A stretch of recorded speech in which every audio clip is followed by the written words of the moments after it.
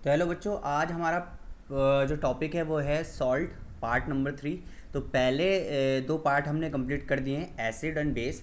तो प्लीज़ आप आई बटन पे क्लिक कर लीजिए, वहाँ पे आप चल जाएंगे। तो हम स्टार्ट करते हैं आज का topic salt.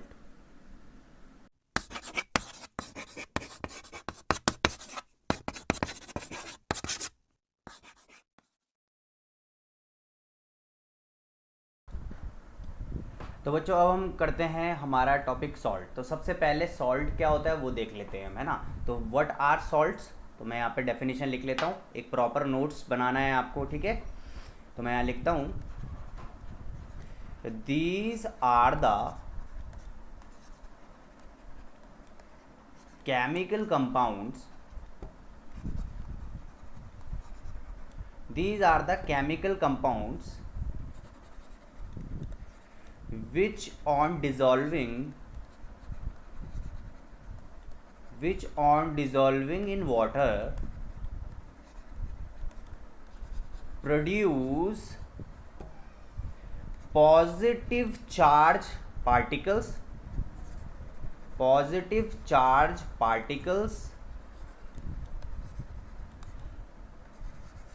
other than H positive and negative charge particle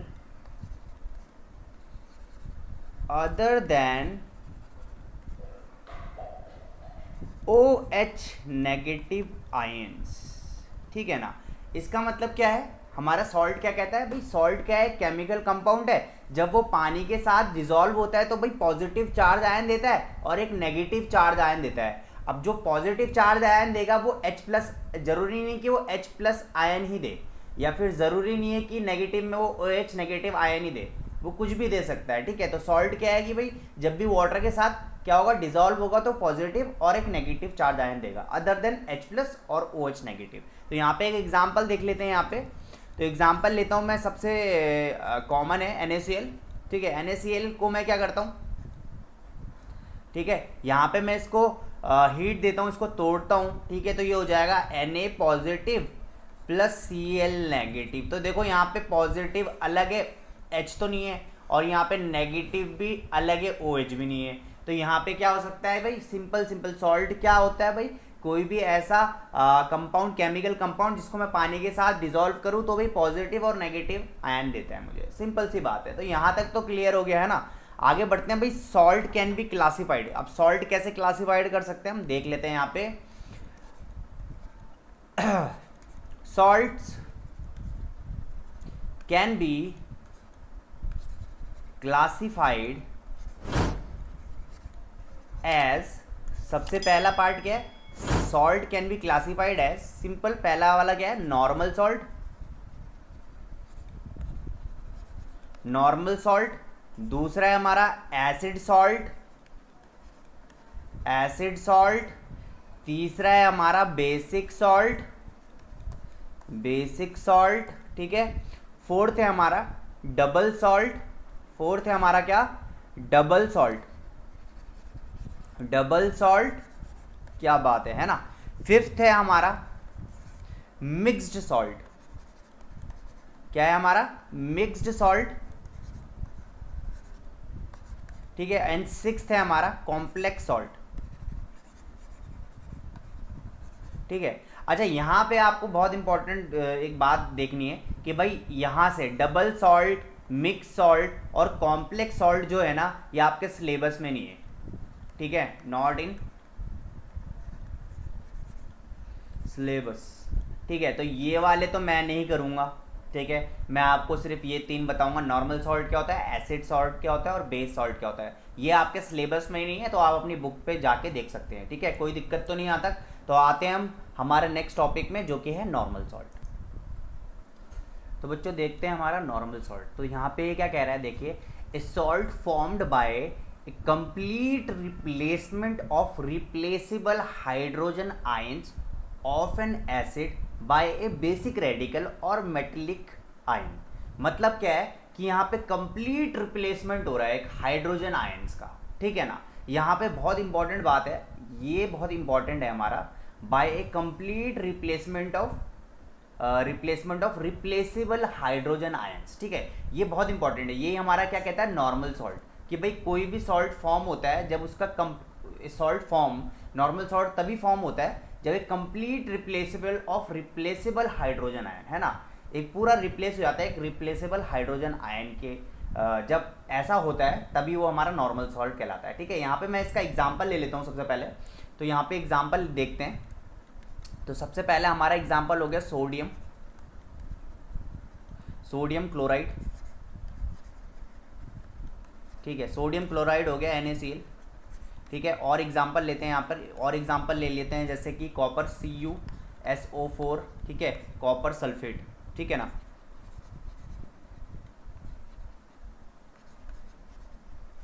ठीक है, यहाँ पे मैं एक एग्जांपल देता हूँ तब आपको बताता हूँ कि कैसे कंप्लीट रिप्लेसमेंट हो रहा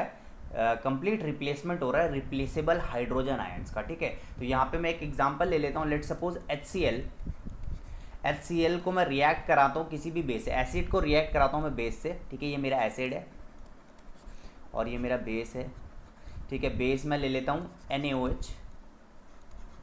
ठीक है, अब अगर ये रिएक्ट करता है तो देखिए यहाँ पे क्या हो रहा है, देखिए Na का रिएक्शन पूरा का पूरा Cl के साथ हो जाएगा, तो ये हो जाएगा NaCl। ठीक है, और बचा क्या मेरे पे, वाटर। अब यहाँ पे देखिए, यहाँ पे बहुत इंपॉर्टेंट बात है, यहाँ पे देखिए हमने स्टार्टिंग में क्या बोला था, देखिए ये जो H है ना, इसका देखिए क्या हो रहा है, कंप्लीट रिप्लेसमेंट हो रहा है। ठीक है, इसका पूरा कंप्लीट रिप्लेसमेंट हो गया। हमने ऊपर क्या पढ़ा था कि कॉमन सॉल्ट क्या होता है, देखिए complete replacement of replaceable hydrogen. ठीक है, हाइड्रोजन आयंस। तो यहाँ पे देखिए हमारा पूरा का पूरा कंप्लीट रिप्लेसमेंट हो रहा है, इस हाइड्रोजन यहाँ से Cl से हट जा रहा है, तो यही क्या होगा, मेरा नॉर्मल सॉल्ट। तो यहाँ तक क्लियर है ना। तो ये तो हमारा क्लियर होगा कि भाई नॉर्मल सॉल्ट क्या होता है। नॉर्मल सॉल्ट क्या होता है, नॉर्मल सॉल्ट कैसे फॉर्म होता है कि भाई जब कंप्लीट रिप्लेसमेंट होता है रिप्लेसेबल हाइड्रोजन आयंस का। ठीक है ना, यहाँ तक क्लियर है। हमारा नेक्स्ट टॉपिक जो है वो भी देख लेते हैं हम अच्छे से। तो हमारा जो नेक्स्ट टॉपिक है उसको देखते हैं। उससे पहले एक चीज़ और मैं बता देता हूँ आपको। यहाँ पे एक नोट करने वाली बात है, तो यहाँ पे नोट कर लीजिए। these salts are dissolved in water. These salts dissolved in water dissociate into their constituent ions, right. तो यहाँ पे ये हो जाएगा सीधे सीधे जो मैंने आपको बताया था NaCl है, तो यहाँ पे क्या हो जाएगा, ये हो जाएगा Na positive plus Cl negative. Simple सी बात है ना। तो यहाँ तक हमने क्लियर कर दिया अपनी पॉइंट। ठीक है, नॉर्मल सॉल्ट हमें पता चल गई क्या होते हैं। आते हैं हमारे नेक्स्ट टॉपिक पे। तो बच्चों हमारा जो नेक्स्ट टॉपिक है वो है एसिड सॉल्ट। ठीक है ना, तो एसिड सॉल्ट क्या होता है, salt is formed in incomplete और partial replacement of replaceable hydrogen ions of an acid by a basic radical और मेटलिक आयन। ठीक है, तो यहाँ पे क्या हो रहा है, देखिए बहुत इंपॉर्टेंट है। एसिड सॉल्ट क्या होता है हमारा, उस पर क्या होता है, partial replacement of replaceable hydrogen ions. वहाँ पे क्या हो रहा था, पहले वाला जो पार्ट था हमारा नॉर्मल सॉल्ट, उसमें पूरा कंप्लीटली हो रहा था, और एसिड सॉल्ट में क्या होता है, पार्शियल रिप्लेसमेंट होता है। ठीक है ना, तो सबसे पहले मैं इसका एग्जांपल देता हूँ, फिर एक रिएक्शन करते हैं, उसमें बहुत अच्छे से क्लियर हो जाएगा। तो एग्जांपल क्या है यहाँ पे, इसका एग्जांपल है मेरा NaHSO4 यहाँ। ठीक है, ये हो जाएगा हमारा सोडियम हाइड्रोजन सल्फेट। ठीक है ना, तो यहाँ पे हमारा एग्जांपल हो गया। ठीक है, और एक और एग्जांपल ले लेते हैं NaH2PO4। ठीक है, तो ये हो जाएगा हमारा सोडियम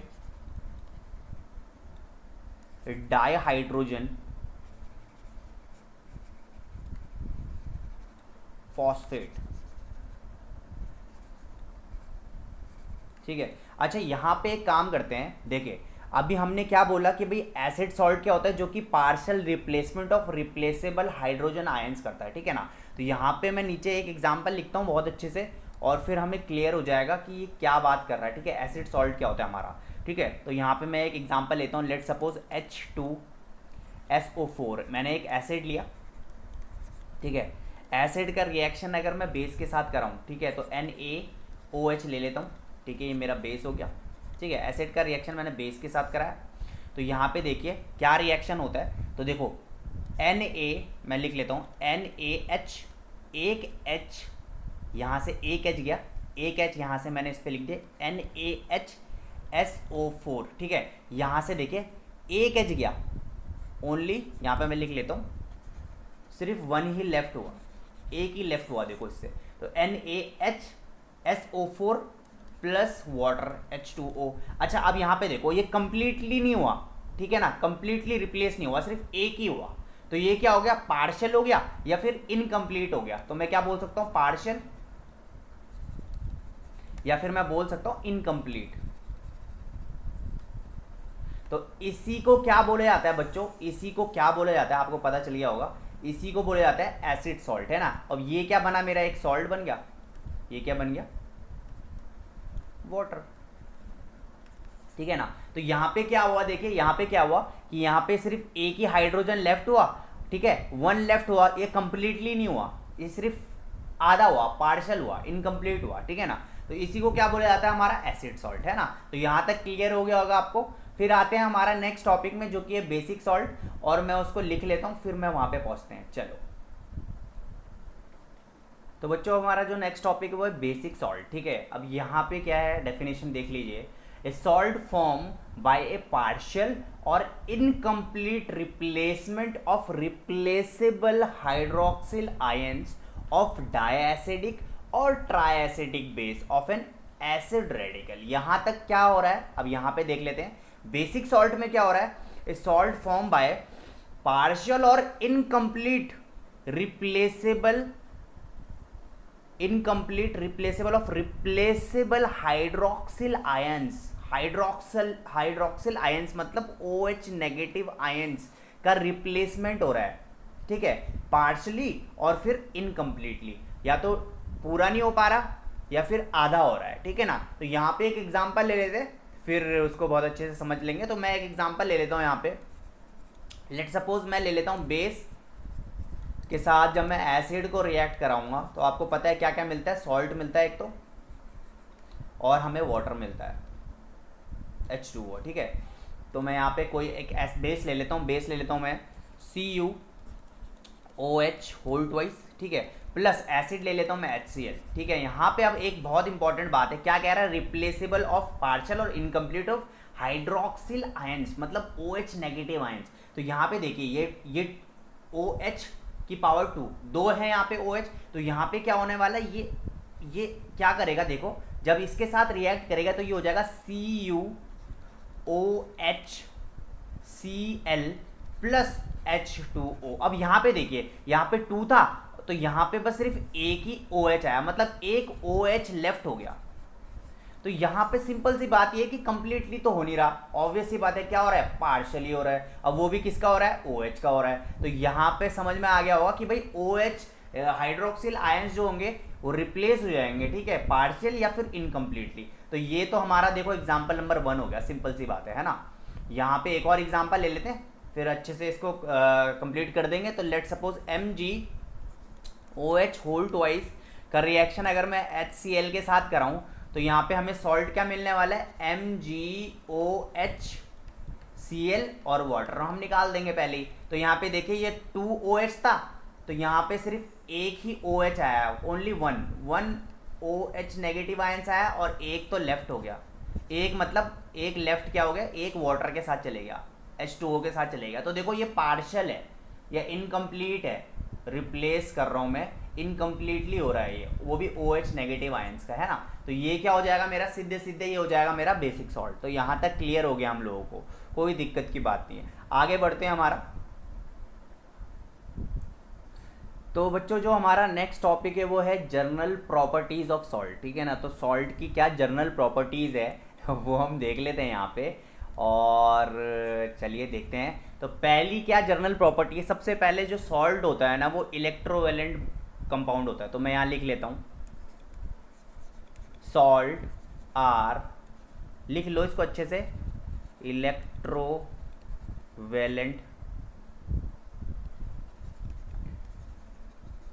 कंपाउंड। ठीक है, सबसे पहले सॉल्ट क्या होता है, इलेक्ट्रोवेलेंट कंपाउंड होता है, मतलब कि they conduct electricity in their molten state, मतलब अपनी पिघली हुई स्टेट में ये इलेक्ट्रिसिटी फ्लो करा सकते हैं। तो यहाँ पे ये भी लिख लो यार, they conduct electricity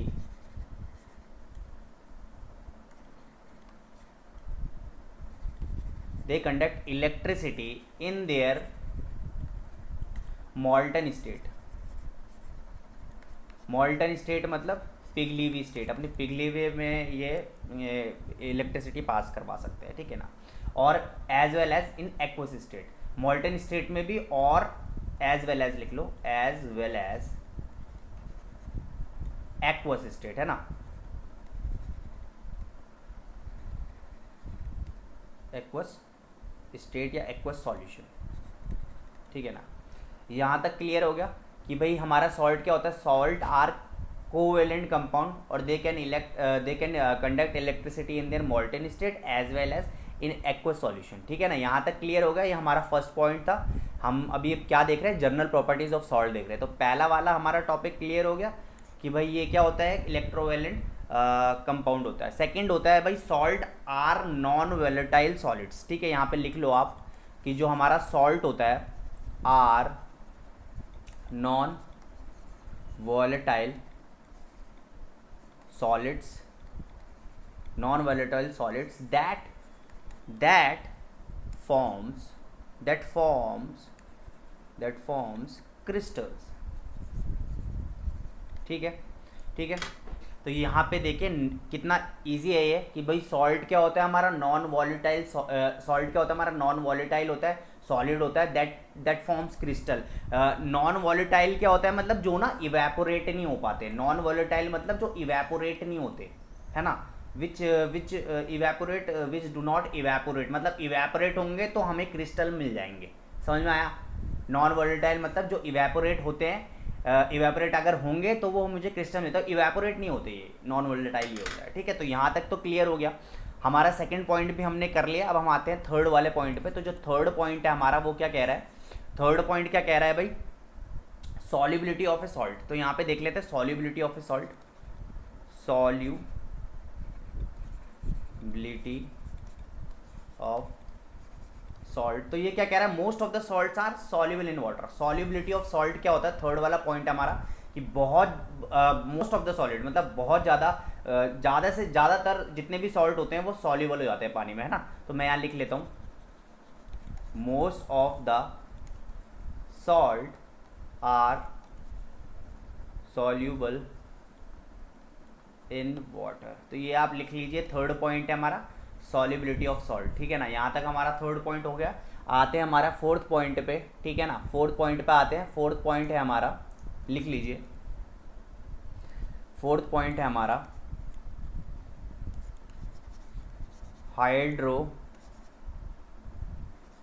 hydrolysis of salt. Hydrolysis of salts क्या होता है मेरे बच्चों, वो हम पहले देख लेते हैं। पहले तो होता क्या है हाइड्रोलिसिस ऑफ सॉल्ट, तो मैं यहाँ पे लिख लेता हूँ,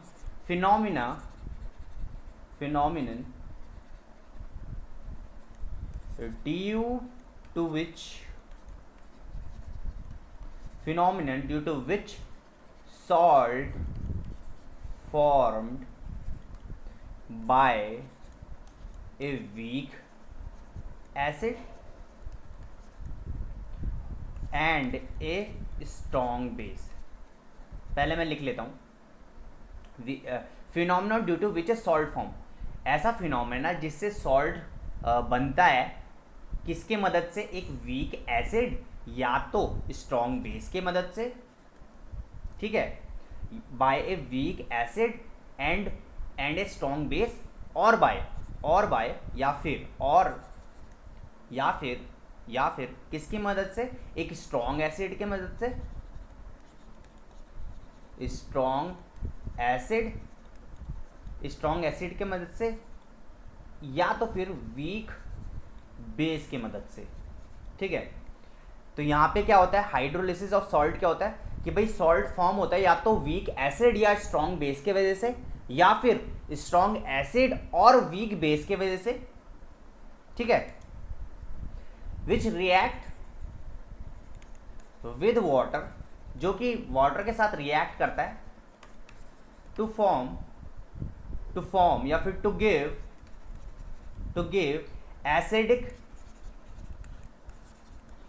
एसिडिक और एल्काइल सॉल्यूशन या एल्कली सॉल्यूशन। ठीक है, इसी को हम क्या बोला जाता है, इसी को हम बोलते हैं भाई हाइड्रोलाइसिस। ठीक है ना, सिंपल सी बात है। तो एक और बार देख लेते हैं हाइड्रोलिसिस ऑफ सॉल्ट क्या होता है, फोर्थ वाला हमारा जो पार्ट है कि भाई ऐसा सॉल्ट जो कि वीक एसिड या स्ट्रॉन्ग बेस से बनता है, या तो स्ट्रॉन्ग एसिड या वीक बेस से बनता है, और जब ये रिएक्ट करता है पानी के साथ या तो एसिडिक देता है या फिर एल्काइल सॉल्यूशन देता है। इसी को हम क्या बोलते हैं, हाइड्रोलिसिस ऑफ सॉल्ट।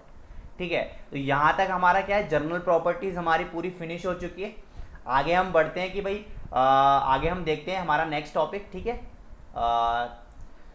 तो जो हमारा नेक्स्ट टॉपिक है वो है प्रिपरेशन ऑफ सॉल्ट। ठीक है ना, तो प्रिपरेशन ऑफ सॉल्ट, सॉल्ट का प्रिपरेशन कैसे होता है, तो मैं एक बताता हूँ कि सॉल्ट कैसे कैसे बनता है। ठीक है, तो बच्चों जो हमारा नेक्स्ट टॉपिक है वो आप यहाँ पे देख चुके हैं और आपकी बुक से ही मैंने निकाला है ये पेज।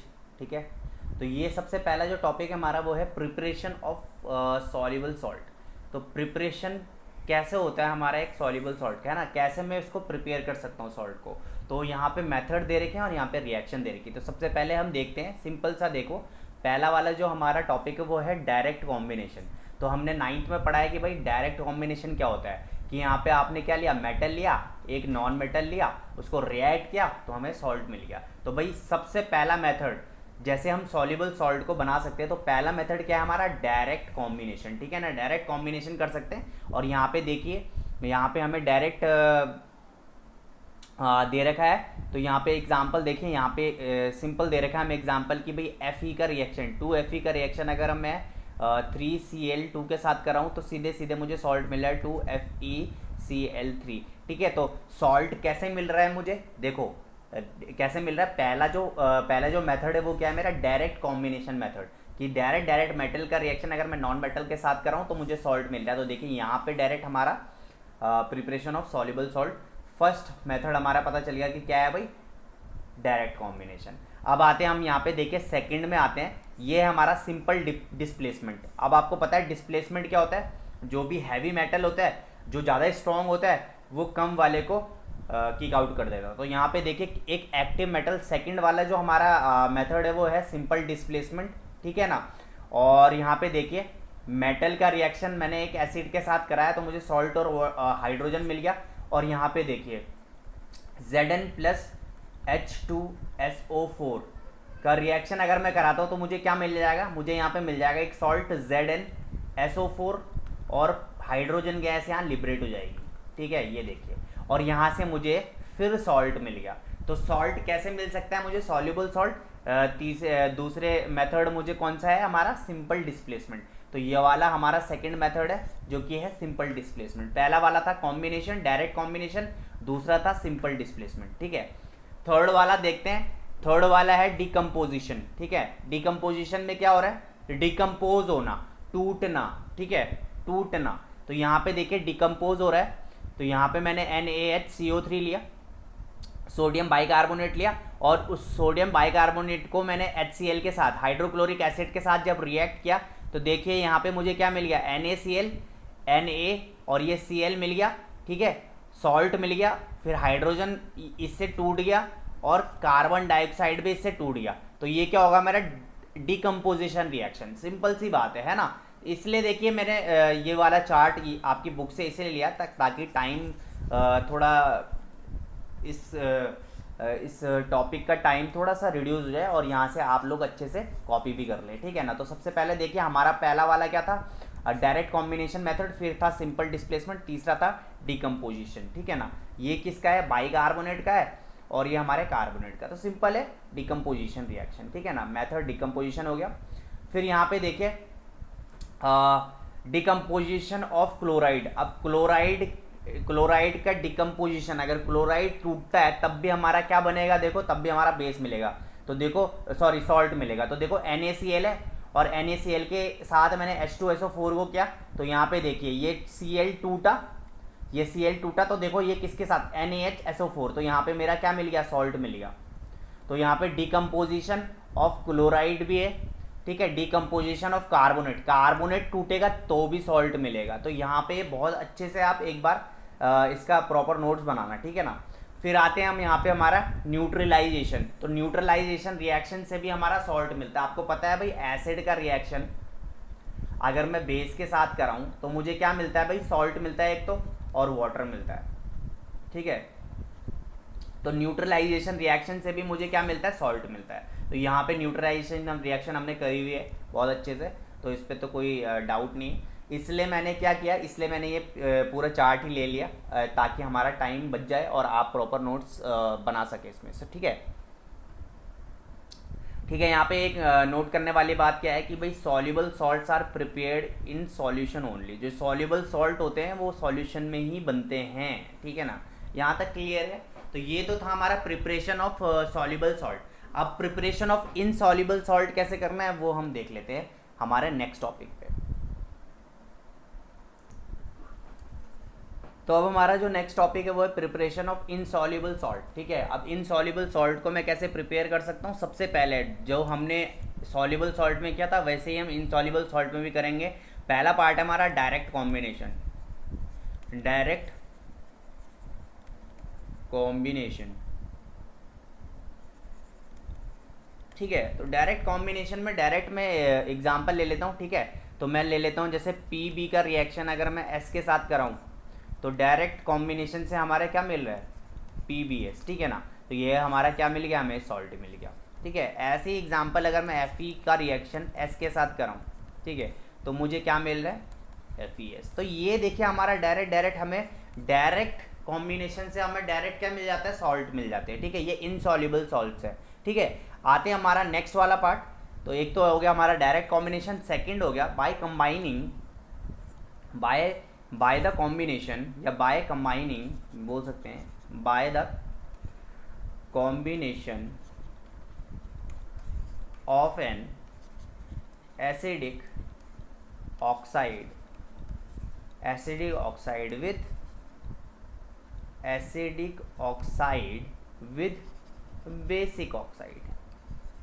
भाई अगर मैं एक एसिडिक ऑक्साइड का रिएक्शन बेसिक ऑक्साइड के साथ कराऊं तब भी मुझे क्या मिलता है, सॉल्ट मिलता है। तो एसिडिक ऑक्साइड में ले लेता हूं, एसिडिक ऑक्साइड, और मैं ले लेता हूं बेसिक ऑक्साइड, ठीक है। ऑक्साइड मतलब एक एसिडिक ऑक्साइड मतलब ऑक्सीजन होना वहाँ ज़रूरी है, और एक बेसिक मतलब बेसिक में भी एक ऑक्सीजन, ठीक है। तो यहाँ पे मैं एसिडिक लिखता हूँ SO2 और बेसिक में ले लेता हूँ CaO, और मैं अगर इन दोनों को रिएक्ट कराता हूँ तो मेरे को मिल जाएगा CaSO3। तो देखो ये मुझे बेस मिल गया, ठीक है। तो सिंपल है, अगर मैं एसिडिक ऑक्साइड का रिएक्शन बेसिक ऑक्साइड के साथ कराऊँ तो मुझे बेस मिल जाएगा, ठीक है। ऐसे ही मैं एक और ले लेता हूँ जैसे CO2 + CaO, ठीक है। तो मुझे क्या मिल जाएगा भाई, CaCO3। क्या बात है, ये भी मेरा क्या हो गया, सॉल्ट हो गया, ठीक है। तो ये हमारा क्या था, ये था हमारा इनसॉल्युबल सॉल्ट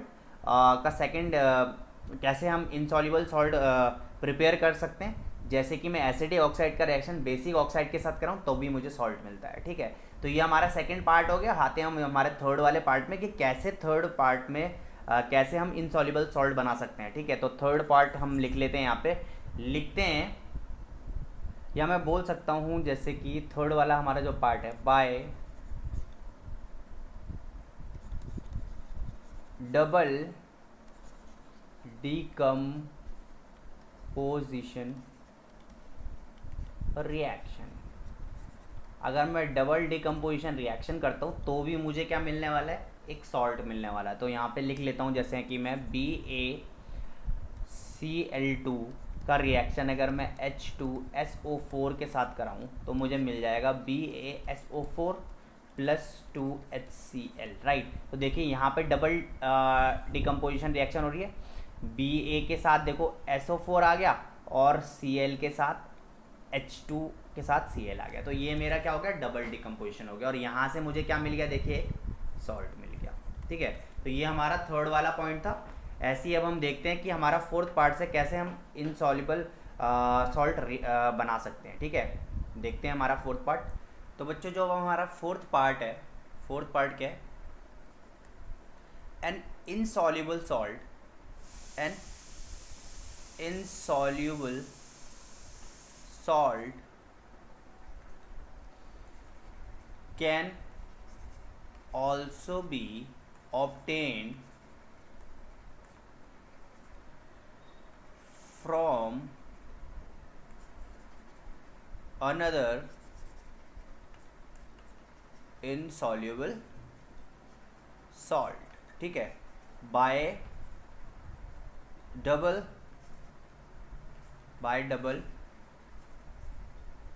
डिकम्पोजिशन।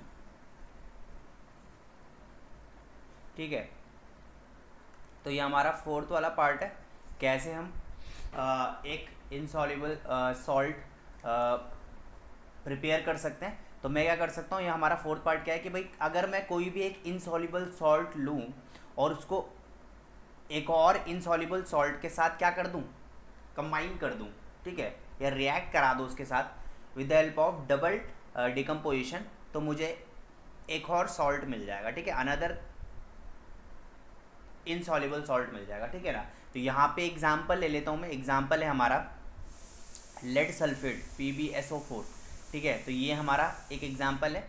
ठीक है, लेड सल्फेट हमें मिलेगा, तो मैं यहाँ पे लिख लेता हूँ, मैं एग्जांपल करके बताऊँगा आपको बहुत अच्छे से। ठीक है, अगर मैं लेड सल्फेट लूँ, अगर मैं लेड सल्फेट लूँ, या लेड सल्फेट को मैं कैसे प्रिपेयर करूँ, कि lead sulphate is prepared from insoluble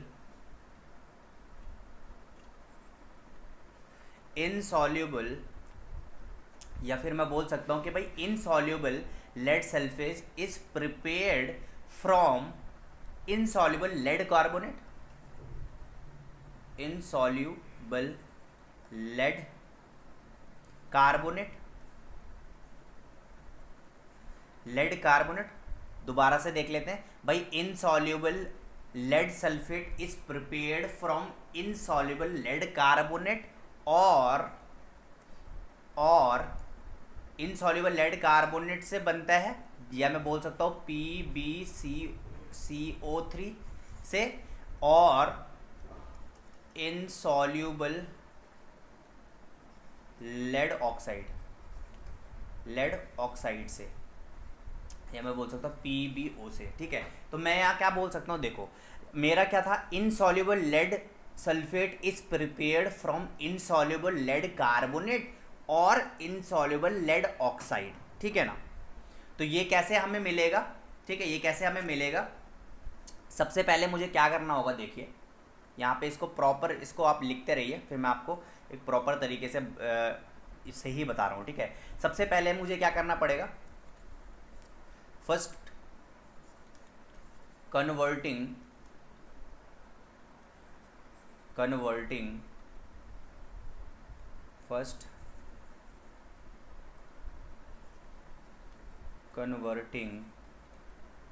पहले मुझे क्या कन्वर्ट करने का, either of them into soluble lead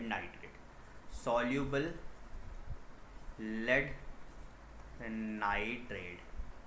सबसे पहले तो मुझे क्या करना पड़ेगा भाई, उनको क्या लेड नाइट्रेट में कन्वर्ट करना पड़ेगा। तो उसके लिए मैं क्या करता हूँ, अगर मुझे उसको लेड नाइट्रेट में कन्वर्ट करना पड़ेगा तो मैं क्या करूँगा,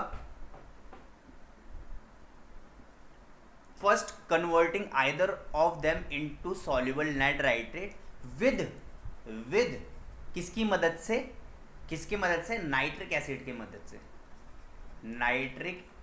की मदद से, है ना।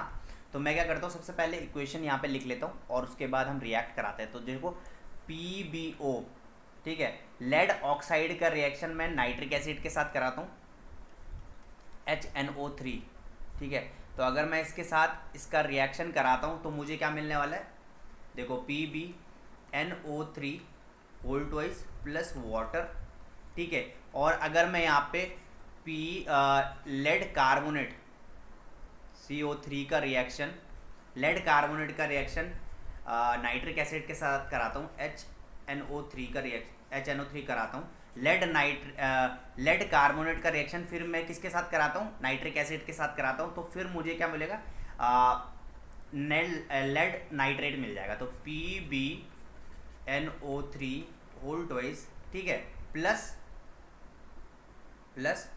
क्या मिलेगा मुझे, फिर वाटर मिलेगा, और यहाँ से कार्बन डाइऑक्साइड लिबरेट हो जाएगी, ठीक है।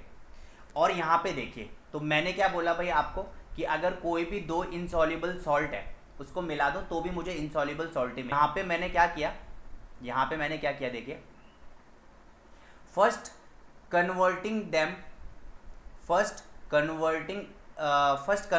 Them into soluble lead nitrate. सबसे पहले मैंने उनको लेड नाइट्रेट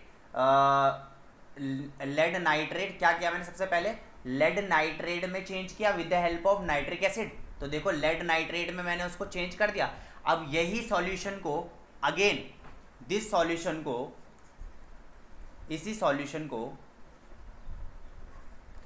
सॉल्यूशन को फिर मैं ट्रीट करूंगा, ट्रीट करूंगा किसके साथ, with sulphuric acid H2SO4 and sodium sulphate.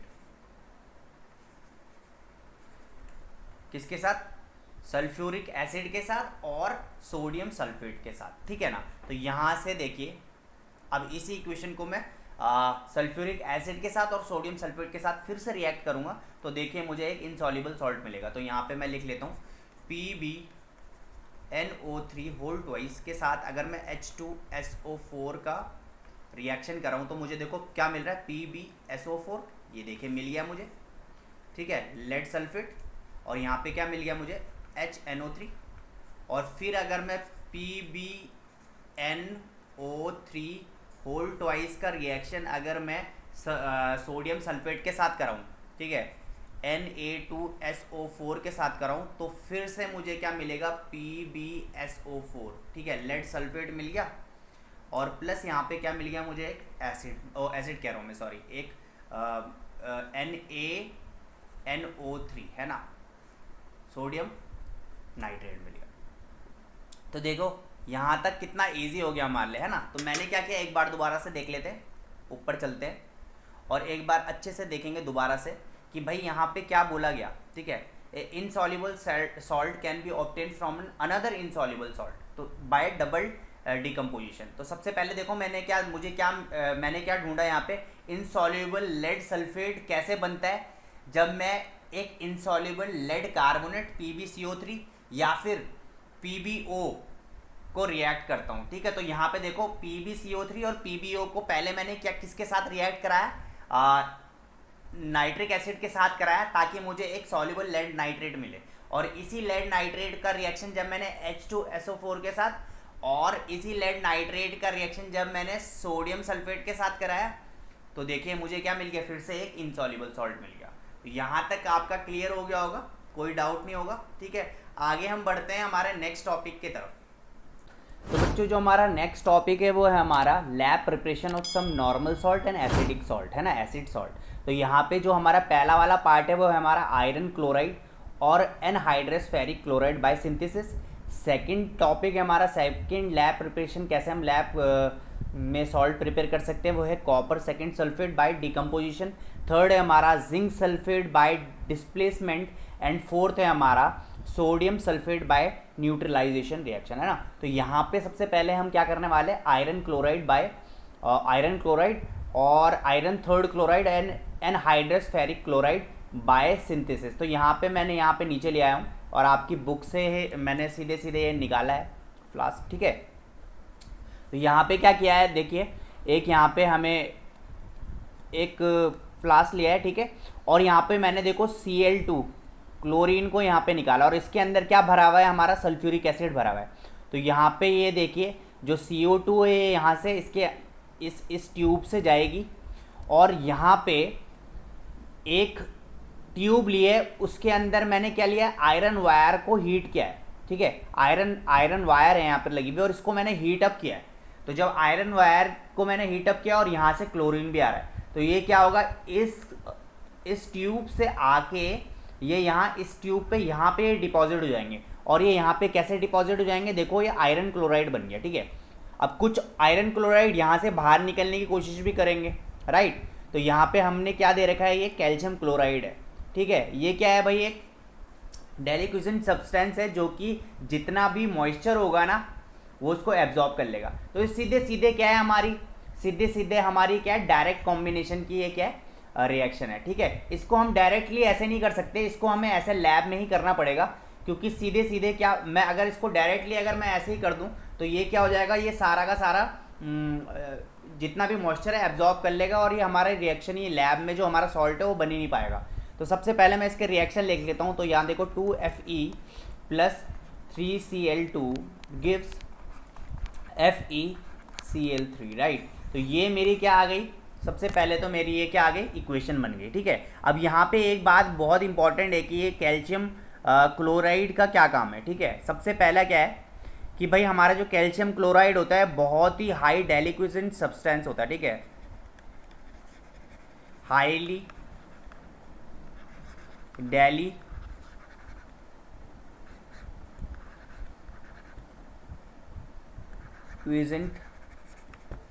ठीक है, हाईली डेलिक्विसेंट होता है। इसके बारे में भी अभी आएंगे हम।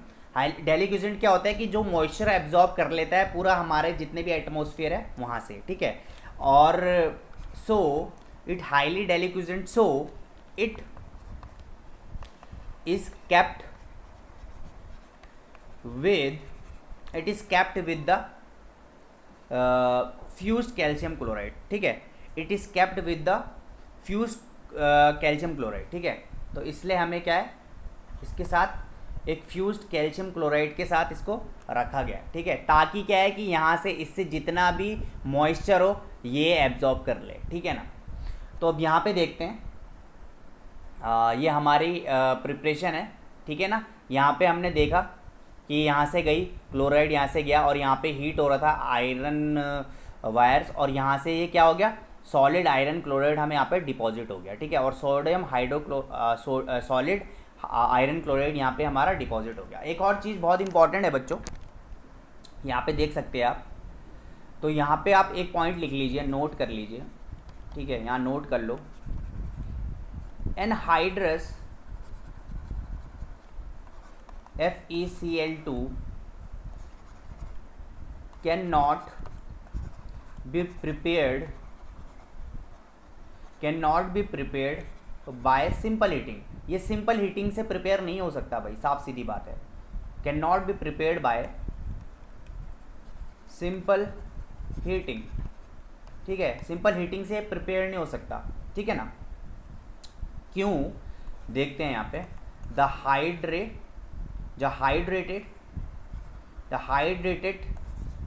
फेरिक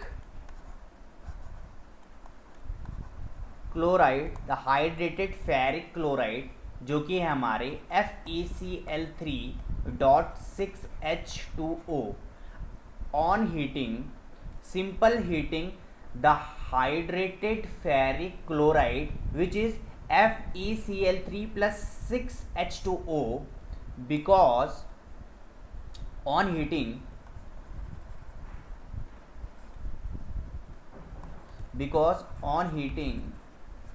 अगर मैं इसको हीट करता हूँ, अगर सिंपली मैं इसको सिंपली अगर मैं इसको हीट कर दूँ, इस तामझाम में ना रख के, ये जो हमारा लैब है इसमें ना रख के मैं इसको सीधे सीधे हीट कर दूँ, तो सिंपल सी बात है, अगर मैं इसको हीट कर देता हूँ ना बच्चों, तो ये क्या हो जाएगा, FeCl3CH2O होगा जो, अगर मैं इसको हीट कर दूँ तो ये ऐसे बिखर जाएगा,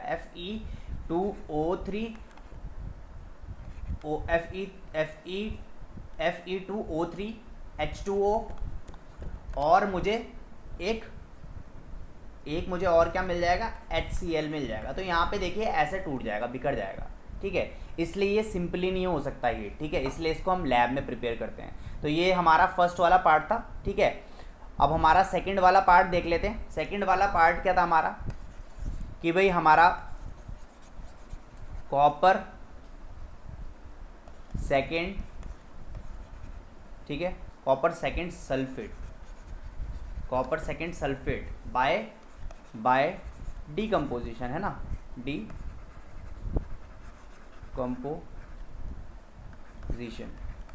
ठीक है।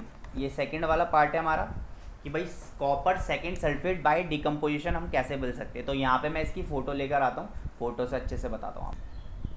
तो अब जो हमारा सेकंड पार्ट है वो देख लेते हैं, कॉपर सेकंड सल्फेट हमें कैसे मिलेगा बाय डीकम्पोजिशन। सबसे पहले तो यहाँ पे देखो इसका प्रोसीजर दे रखा है। सबसे पहले हम उसका इक्वेशन लिखता हूँ। तो ये देखिए CuO, ठीक है। कॉपर ऑक्साइड को मैंने क्या, कॉपर ऑक्साइड को मैंने किसके साथ रिएक्ट किया, H2SO4 के साथ, ठीक है। और हमें यहाँ पे पता है कि भाई ये जो भी इक्वेशन है मुझे क्या मिलने वाला है यहाँ से, कॉपर सेकंड सल्फेट मिलने वाला है बाय डीकम्पोजिशन।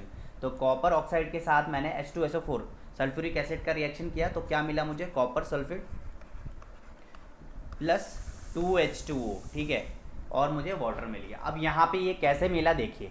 तो देखो यहाँ पे क्या किया इसने कि भाई एक डाइल्यूट सल्फ्यूर, देखो डाइल्यूट सल्फ्यूरिक एसिड लिया एक बीकर पे, एक बीकर में डाइल्यूट सल्फ्यूरिक एसिड था, ठीक है। और उसके नीचे इसने क्या लगा दी, फायर लगा दी, और इसके ऊपर यहाँ पे क्या लगा रखा है, वायर गेज लगा रखा है, ठीक है, सिंपल है। अब यहाँ पे जब इसने इसको हीट किया, ठीक है, और इसने फिर क्या ऐड किया इस पर, कॉपर ऑक्साइड या फिर कुछ भी, देखो कॉपर हाइड्रोक्साइड, यहाँ फिर मैंने क्या किया, यहाँ पर कॉपर ऑक्साइड इस पर मिक्स कर दिया। अब कॉपर ऑक्साइड जब मैंने मिक्स किया तो मैंने इसको नीचे से तो हीट इस पर थी, ठीक है, तब ये क्या होने लग गया, इस पर डिजॉल्व होने लग गया, और यहाँ पे डिजॉल्व करके मुझे क्या मिल गया, नीचे नीचे कॉपर सल्फेट के कुछ पार्ट्स मिल गए, ठीक है। फिर मैंने क्या किया, उसको हॉट किया, ठीक है, हॉट करते रहा, और यहाँ पे सॉल्यूशन मिल गया मुझे, ठीक है। यहाँ पे मुझे क्या मिल गया, देखो in small quantity the solution till no more of its resolve excess compound settle down, ठीक है। जब तक ये घुला, ठीक है, और जब तक घुल घुल के फिर ये नीचे क्या हो गया, सेटल डाउन हो गया। फिर मैंने क्या कर लिया, फिर मैंने इसको फिल्टर कर लिया चाइना डिश से, इसको मैंने फिल्टर किया, और फिर मुझे क्या मिल गया, और मुझे मिल गया यहाँ पे ये चीज़ जो थी, ये मुझे बाद में मिल गई, कॉपर सेकंड सल्फेट, ठीक है। यहाँ पर मुझे इसके क्रिस्टल्स मिल गए। तो सिंपल सा है यहाँ पे एक्सपेरिमेंट, ये प्रोसीजर है, ठीक है। तो ये बड़ा ही ईजी है सेकंड वाला। तो सीधे सीधे ये किससे हो गया हमारा, ये डीकम्पोजिशन रिएक्शन से हो गया, ठीक है ना। आते हैं हम हमारा थर्ड वाले पार्ट पे, और थर्ड वाला पार्ट क्या है, वो है हमारा जिंक सल्फेट बाय डिस्प्लेसमेंट, ठीक है, वो आगे देखते हैं। तो बच्चों अब हमारा जो थर्ड पार्ट है लैब प्रिपरेशन का, zinc sulphate solution bye displacement. तो यहाँ पे देखिए फ़ोटो बड़ी कमाल की है, और यहाँ पे देखिए एक नीचे देखो, यहाँ पे हीट हमने बर्नर लगा रखा है, ठीक है। नीचे देखिए इस फोटो में बहुत अच्छे से देखिए यहाँ पे बर्नर लगा रखा है, और यहाँ पे हमारा वायर गेज है, और ये एक चाइना डिश है, ठीक है, वो पॉट है, सॉरी चाइना पॉट है, और यहाँ पे डाइल्यूट सल्फ्यूरिक एसिड है जिसके साथ मैंने जिंक मेटल मिला रखा है, ठीक है। अब यहाँ पे जब मैंने इसको रिएक्ट किया तो यहाँ पे देखो मुझे क्या मिला, देखो जिंक सल्फेट मिल गया। तो फिर मैंने इस सॉल्यूशन को ना, इस पूरे डिश, इस पूरे जो भी ये है हमारा पॉट है, इसको मैंने फिर फिल्टर कर दिया। अब जब मैंने इसको फिल्टर किया तो एक नए पॉट में निकाला उसे, ठीक है। अब जब मैंने फिल्टर किया तो ये जो नीचे जितना भी पानी आया, ये क्या है, हमारा प्योर जिंक सल्फेट सॉल्यूशन है, और मुझे देखो ऊपर यहाँ पे जिंक सल्फेट मिल गया अलग से, ठीक है। अब ये जो प्योर जिंक सल्फेट सॉल्यूशन था, फिर मैंने इसको यहाँ पे देखो, इसमें फिर यहाँ से मैंने इसी चीज़ को, इसी बार को या इसी डिश को मैंने यहाँ पे लिया, और फिर मैंने इस पर क्या किया, हीटअप किया। तो देखो यहाँ से क्या है, इवेपोरेशन होने लग गया, और ये जो मुझे मिल गया, यहाँ पे मुझे क्या मिल गया, जिंक सल्फेट सॉल्यूशन मिल गया। और जब ये पूरा इवेपोरेट हो गया तो देखो क्रिस्टल ऑफ जिंक सल्फेट मुझे मिल गया यहाँ पे, सिंपल। तो ये हमारी क्या थी, लैब प्रिपरेशन थी। इसका यहाँ पे हम रिएक्शन लिख लेते हैं, जैसे कि Zn का रिएक्शन में अगर H2SO4 के साथ कराऊँ तो सिंपल है, ZnSO4 मुझे मिल जाएगा, और हमारा ZnSO4 मुझे मिल जाएगा, और मुझे क्या मिल जाएगा यहाँ से, H2O, ठीक है। यहाँ से मुझे क्या मिल जाएगा, H2O, ठीक है। तो हमारा काफ़ी इजी हो जाएगा ये, ठीक है ना।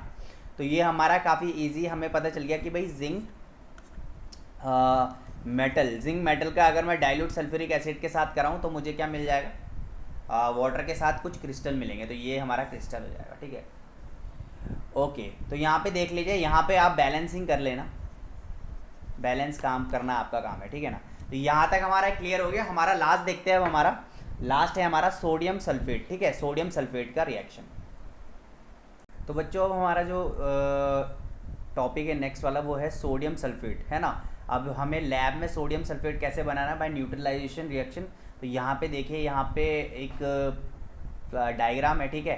तो यहाँ पे देखिए सोडियम हाइड्रोक्साइड यहाँ पे मुझे एक कॉनिकल फ्लास्क में ले रखा है, और यहाँ पे क्या है, एक ब्यूरेट है, ऐसे ऊपर से उसके अंदर क्या है हमारा डाइल्यूट सल्फ्यूरिक एसिड है, ठीक है।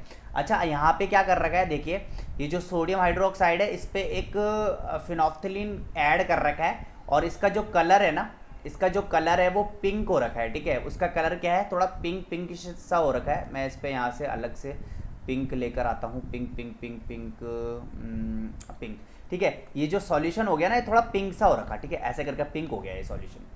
अच्छा, अब इसमें फिनोफ्थलीन एडेड है। अब यहाँ पे डाइल्यूट सल्फ्यूरिक एसिड इस ब्यूरेट पे लगाया, और इसका ये टैब जो इसको ओपन किया, तो ये ड्रॉप बाय ड्रॉप इस पर गिर रहा है, ठीक है। अब जब जितना ड्रॉप गिर रहा है, तो इसका जो ये पिंक पिंक पार्ट है ना, ये पूरा जो पिंक था, ये धीरे धीरे करके क्या हो रहा है, कलरलेस होते जा रहा है। अब एक ऐसा पॉइंट आएगा जब ये पूरा का पूरा कलरलेस हो जाएगा, तो उस पॉइंट में हमें देखना है कि भाई कितना डाइल्यूट सल्फ्यूरिक एसिड इस पे गिरा, ताकि इसको वो कलरलेस कर दे, ठीक है। तो यहाँ पे देखिए 25 सेंटीमीटर सोडियम हाइड्रोक्साइड लिया था, और इस पे ब्यूरेट से इस पे एक फिनोफ्थलीन भी ऐड कर रहा था, ताकि इसका रंग पिंक हो जाए, ठीक है। अब ये पिंक हो गया। अब यहाँ से ड्रॉप बाय ड्रॉप गिरता रहा। अब हमें क्या है, नोट करना है, ठीक है। तो यहाँ पे देखो, फिर जब at the end the difference, यहाँ पे देखो द सॉल्यूशन कलरलेस हो गया, ठीक है। अब लास्ट ड्रॉप तक जब तक ये गिरता गया, और ऐसा एक टाइम आएगा कि ये कलरलेस हो जाएगा।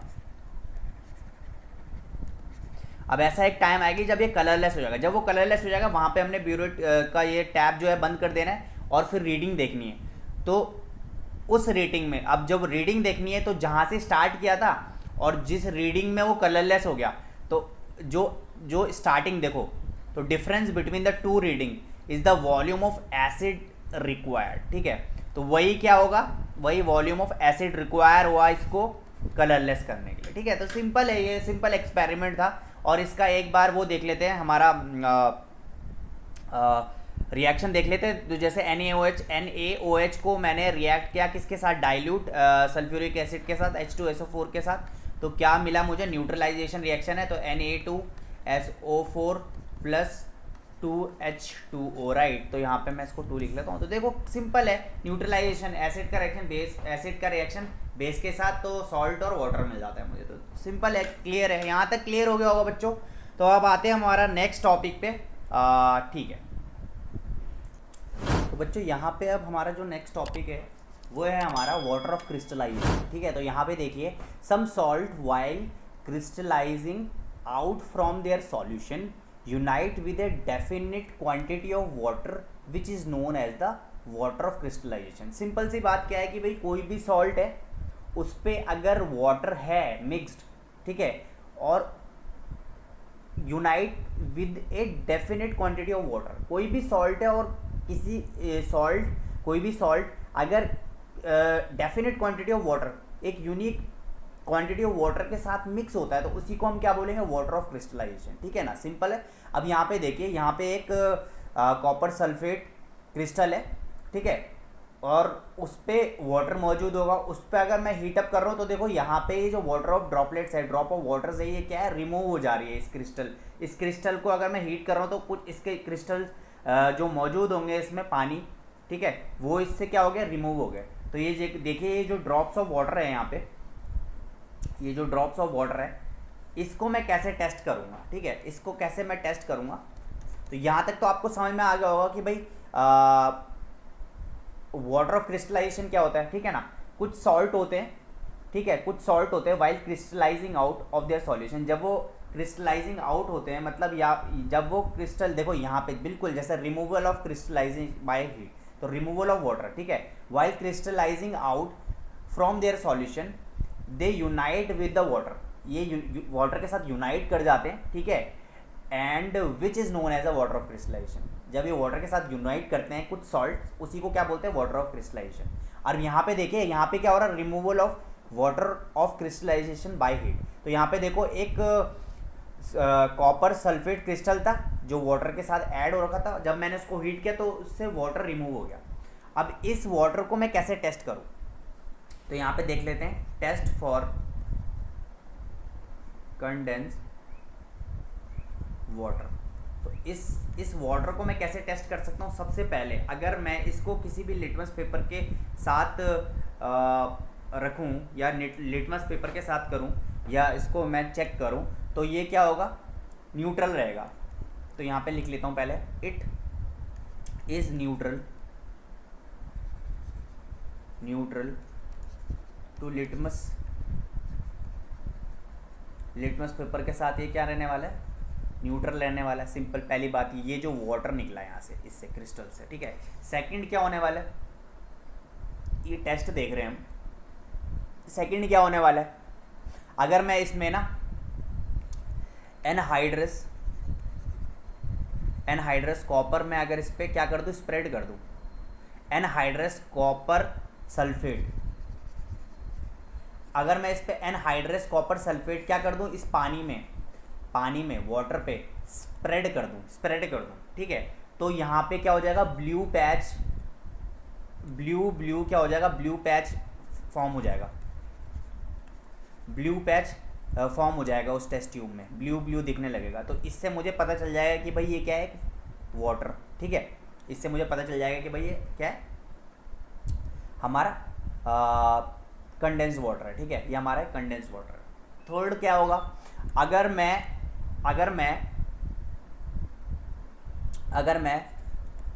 ब्लू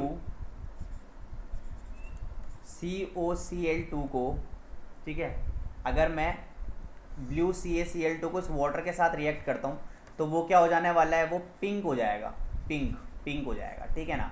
तो यहाँ तक ये हमारा टेस्ट था, सिंपल सा था, है ना। आगे बढ़ते हैं हमारा नेक्स्ट टॉपिक पे। तो हम यहाँ पे देख लेते हैं हमारा जो नेक्स्ट टॉपिक है,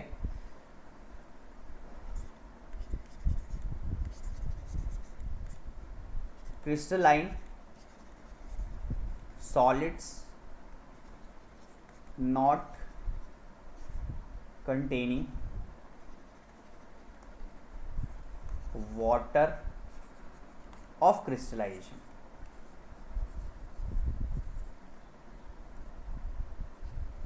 ठीक है, तो ऐसे कितने क्रिस्टलाइन सॉलिड्स है जिस पे वाटर ऑफ क्रिस्टलाइजेशन है ही नहीं। तो सबसे पहला क्या है हमारा, कॉमन सॉल्ट NaOH, ठीक है, कॉमन सॉल्ट NaOH। दूसरा हमारा नाइट्रेट, ठीक है, या फिर मैं बोल सकता हूँ पोटेशियम नाइट्रेट, ठीक है, या फिर मैं बोल सकता हूँ KNO3 नाइट्रेट, जितने भी नाइट्रेट होंगे, ठीक है। और थर्ड है हमारा शुगर, है ना, चीनी, C12H22O11, ठीक है। और हम बोल सकते हैं पोटेशियम पर मैग्नेट। फोर्थ है हमारा पोटेशियम पर मैग्नेट, ठीक है। और बोल सकता हूँ मैं एमोनियम क्लोराइड, ठीक है, एमोनियम क्लोराइड NH4Cl, ठीक है। तो यहाँ तक हमारा क्लियर है, ठीक है। तो crystalline solid not containing water of crystallisation, तो कौन कौन से ऐसे सॉलिड्स हैं, ऐसे सॉल्ट्स हैं जो वाटर ऑफ क्रिस्टलाइजेशन नहीं रखते हैं अपने पे। तो ये इतने सारे एग्जाम्पल से आप लिख लीजिए। फिर आप आते हैं हमारे नेक्स्ट टॉपिक पे। तो बच्चों जो हमारा नेक्स्ट टॉपिक है वो है हमारा इफ्लोरेसेंस। तो यहाँ पे ये क्या बोलना चाह रहा है देख लीजिए, पहले ये देख लेते हैं। It is a property of सब सब्सटेंस टू लूज होली और partially of their water of crystallization when their crystals are exposed to the dry air even for a short time।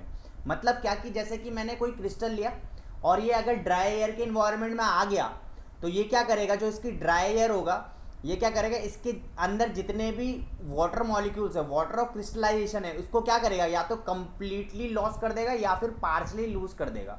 Simple है ना। तो इफ्लोरेसेंस क्या बोलता है कि भाई it is a property of some substance to lose wholly और partially the water of crystallisation. तो जो भी क्या होगा, क्रिस्टल होगा, वो अपना जो भी वाटर होगा वो या तो उसको होली लूज कर देगा या तो पार्शली लूज कर देगा। जब वो एयर में एक्सपोज हो जाएगा, जब वो एयर में एक्सपोज हो जाएगा तो वो क्या करेगा, उसका वाटर ऑफ क्रिस्टलाइजेशन या तो होली या तो फिर पार्शली क्या कर देगा, लूज कर जाएगा, ठीक है ना। और जब वो लूज करेगा तो कैसे बन जाएगा, इट बिकम्स पाउडरी, ठीक है, पाउडर जैसा बन जाएगा। तो एग्जाम्पल देख लेते हैं यहाँ पे इसके इफ्लोरेसेंस के। तो ये पहला होगा हमारा washing soda, washing soda, washing soda, ठीक है। तो इसका मैं यहाँ पे इक्वेशन लिख लेता हूँ, Na2CO3 डॉट 10H2O।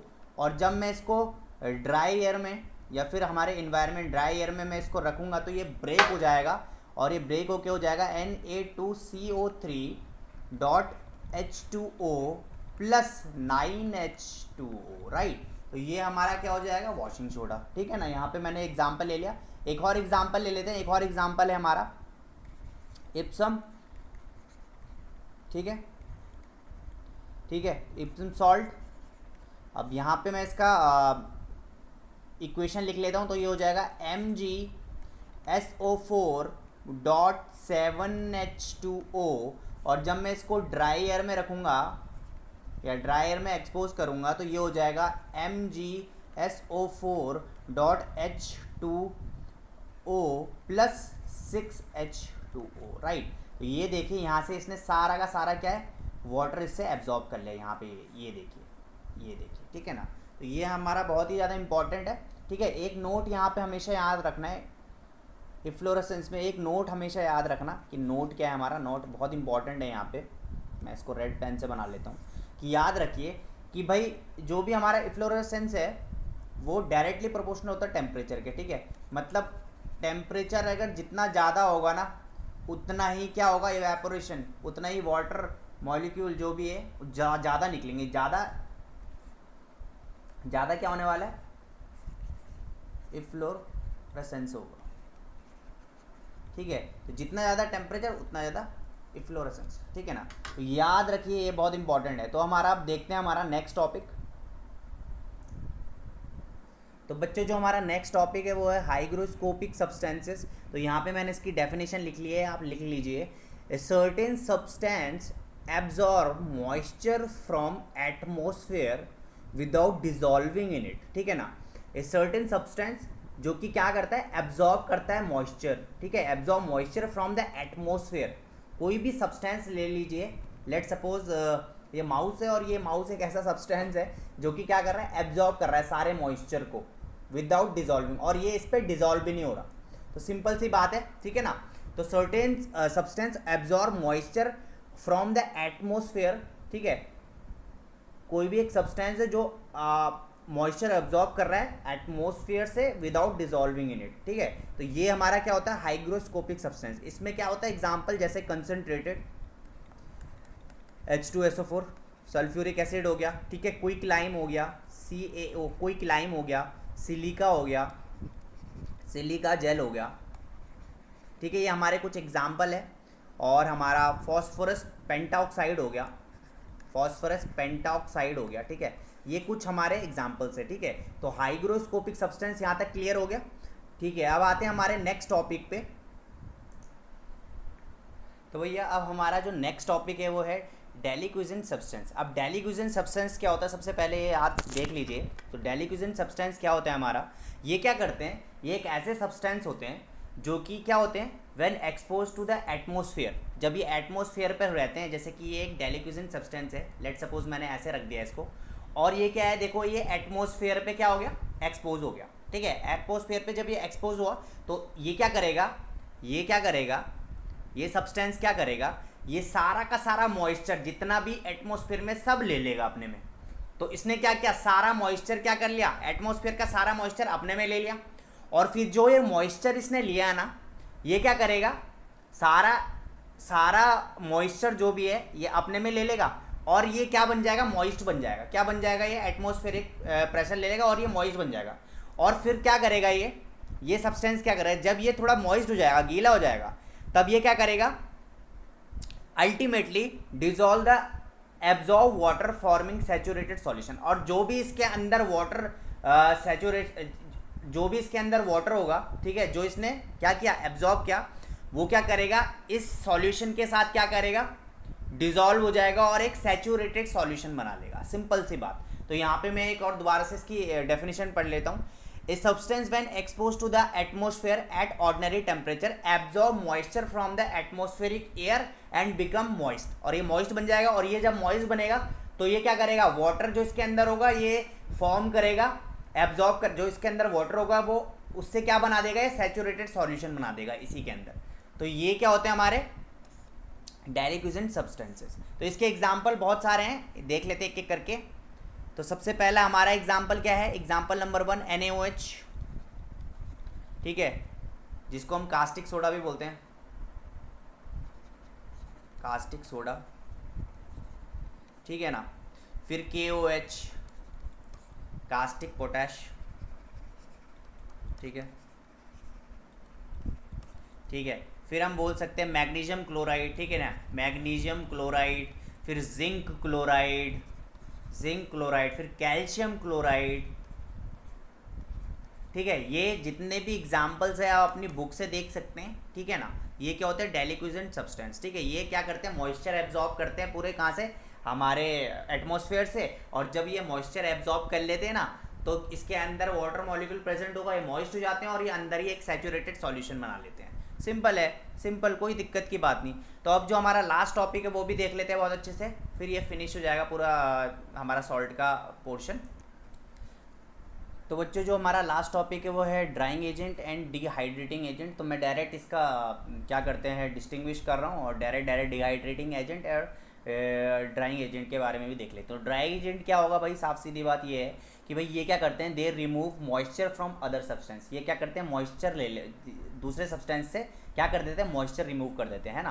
तो यहाँ पे मैं लिख देता हूँ, दे रिमूव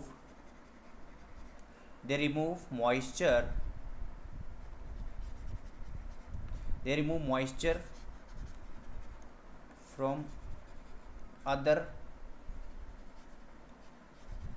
सब्सटेंस, ठीक है, सिंपल है। ये क्या करते हैं, ये रिमूव कर देते हैं क्या, मॉइस्चर फ्रॉम अदर सब्सटेंसेस, ठीक है ना। अब डिहाइड्रेटिंग एजेंट क्या होता है, ये क्या करते हैं, ये केमिकली कंबाइंड एलिमेंट को रिमूव कर देते हैं। तो यहाँ मैं लिख देता हूँ, दे रिमूव, अभी बताता हूँ आपको, केमिकली कंबाइंड एलिमेंट्स। जैसे कि एग्जांपल ले लेता हूँ H2O। तो अब यहाँ पे मैं डिहाइड्रेटिंग एजेंट इस पे डालूंगा तो ये तोड़ देगा किसको, हाइड्रोजन को और ऑक्सीजन को, ठीक है ना, हाइड्रोजन को और ऑक्सीजन को ये तोड़ देगा, ठीक है ना। तो ये क्या होता है मेरा डिहाइड्रेटिंग एजेंट, ठीक है, जो कि केमिकली कंबाइंड एलिमेंट को तोड़ देता है, सिंपल, रिमूव कर देता है। तो ये हमारा हो गया ड्राइंग एजेंट और डिहाइड्रेटिंग एजेंट, ये हमारा पहला पॉइंट हुआ। दूसरा पॉइंट भी लिख लेते हैं। सबसे पहले क्या है कि ड्राइंग एजेंट में मैं बोल सकता हूँ दे आर, मैं यहाँ लिख लेता हूँ, they are use to dry gases like chlorine, ठीक है, सल्फर डाइऑक्साइड और हाइड्रोजन क्लोराइड, ठीक है। और यहाँ पे मैं बोल सकता हूँ डिहाइड्रेटिंग एजेंट में मैं ये बोल सकता हूँ कि दे प्रिपेयर सब्सटेंस लाइक, मैं यहाँ पे बोल सकता हूँ they prepare substance like carbon monoxide, ठीक है, carbon monoxide, sugar, charcoal, etcetera, right. तो ये हमें क्या होता है, देखो यहाँ पे जो हमारा ड्राइंग एजेंट होता है ये यूज़ होता है कहाँ, ड्राई गैसेस यहाँ पे यूज़ होता है, they use to dry gases like, dry करने के काम आता है, ठीक है ना, इन गैसेस को। और यहाँ पे जो हमारा डिहाइड्रेटिंग एजेंट होता है वो यहाँ पे कार्बन मोनोऑक्साइड, शुगर, चारकोल और बहुत सारे कंपोनेंट्स को बनाने के काम आता है, ठीक है ना। अब हमारा इसका थर्ड पॉइंट देख लेते हैं और फिर ये चैप्टर फिनिश कर देंगे हम, ठीक है। फिर आते हैं हमारे ड्राइंग एजेंट में, थर्ड वाला पॉइंट हो गया let suppose they represent physical change. ये फिजिकल चेंज को रिप्रेजेंट करते हैं ना, दे रिप्रेजेंट फिजिकल चेंज। और यहाँ पे डिहाइड्रेटिंग एजेंट ऑब्वियस सी बात है, they represent chemical change, chemical change, ठीक है ना। तो यहाँ पे इसका एग्जांपल ले लेता हूँ H2SO4 डिहाइड्रेटिंग एजेंट का, और ड्राइंग एजेंट में ले लेता हूँ P2O5 फॉस्फोरस पेंटॉक्साइड, सिंपल। तो बच्चों यहाँ हमारा चैप्टर हो चुका है कंप्लीट, और please do like share and subscribe. और हमारा थर्ड पार्ट भी कंप्लीट हो चुका है। अब हम नेक्स्ट चैप्टर देखते हैं कौन सा करें। Till then bye bye.